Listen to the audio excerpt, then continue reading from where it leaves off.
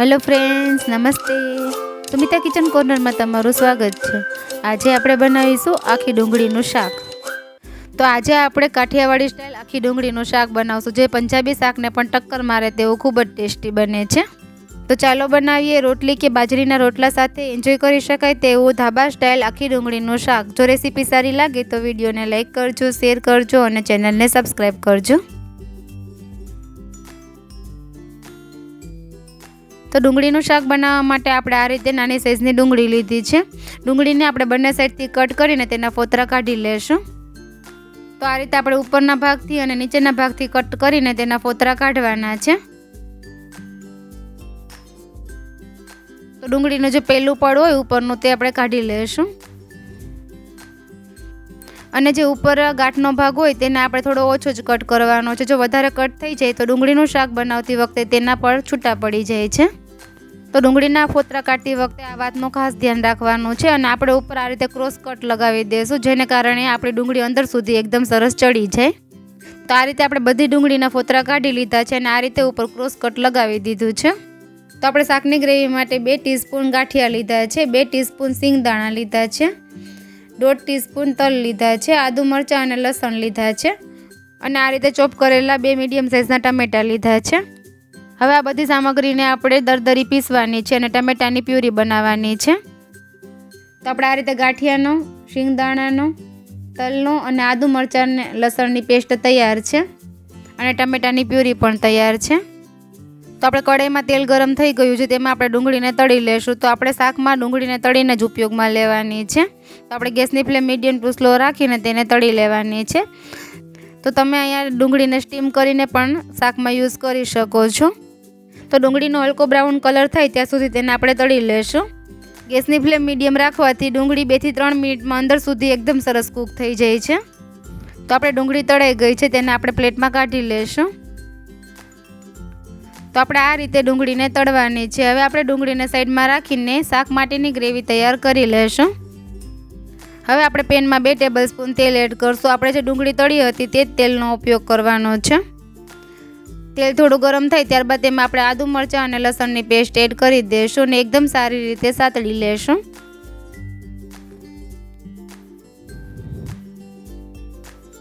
થોડી પેસ્ટ આ રીતે સતળાઈ જાય ત્યારબાદ તેમાં આપણે હિંગ એડ કરશું। તો આપણે 1/4 ટીસ્પૂન હિંગ એડ કરવાની છે। ટમેટાની પ્યુરી એડ કરશું।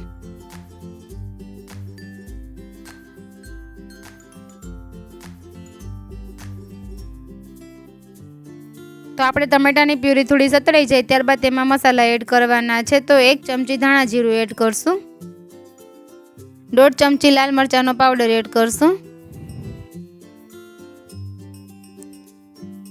1/2 ચમચી હળદર એડ કરશું, સ્વાદ પ્રમાણે મીઠું એડ કરશું।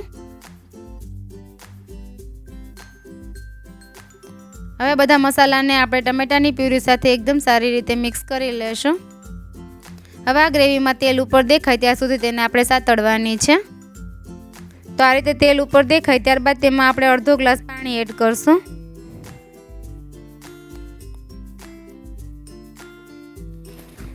તો આપણે આ ગ્રેવીમાં હજી સિંગદાણા અને તલ પણ એડ કરવાના છે। તો તે થોડું પાણી એબ્ઝોર્બ કરશે, તો આપણે પાણી થોડું વધારે જ ક્વોન્ટિટીમાં લેવાનું છે। પાણી થોડું ઉકળી જાય ત્યારબાદ તેમાં આપણે સિંગદાણાનો ભૂકો એડ કરશું। તો આપણે 1 થી 1.5 ચમચી સિંગદાણાનો ભૂકો એડ કર્યો છે, 1 ચમચી તલનો ભૂકો એડ કરશું, 1 ચમચી ગાંઠિયાનો। હવે આ બધી સામગ્રીને એકદમ સારી રીતે ગ્રેવીમાં મિક્સ કરી લેશું।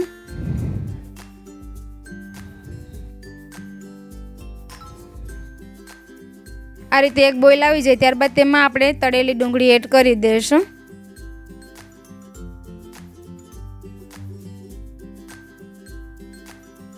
ગ્રેવીમાં ડુંગળીને સારી રીતે મિક્સ કરી લેશું અને ઢાંકણ બંધ કરીને 1 થી 1.5 મિનિટ કૂક થવા દેશું, જેથી કરીને ગ્રેવીનો બધો ટેસ્ટ ડુંગળીમાં એકદમ સરસ આવી જાય।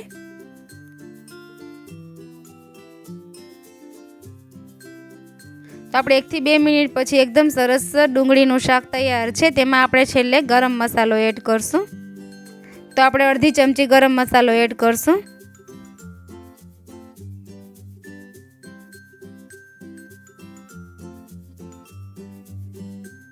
ગરમ મસાલાને પણ એકદમ સરસ મિક્સ કરી લેશું. તો આપણું શાક તૈયાર છે. છેલ્લે લીલા ધાણા એડ કરશું.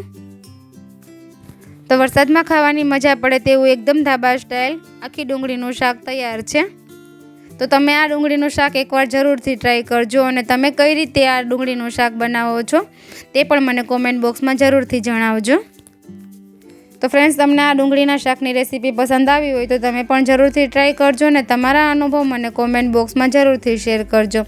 અને આવી જ નવી રેસીપી માટે મારી ચેનલને લાઇક, શેર અને સબસ્ક્રાઈબ જરૂરથી કરી દેજો અને બાજુમાં બેલ આઇકનને પ્રેસ કરજો જેથી મારા આવતા વિડીયોની નોટિફિકેશન તમને સૌથી પહેલાં મળે. બાય બાય ફ્રેન્ડ્સ, ફરી મળીશું એક નવી રેસીપી સાથે.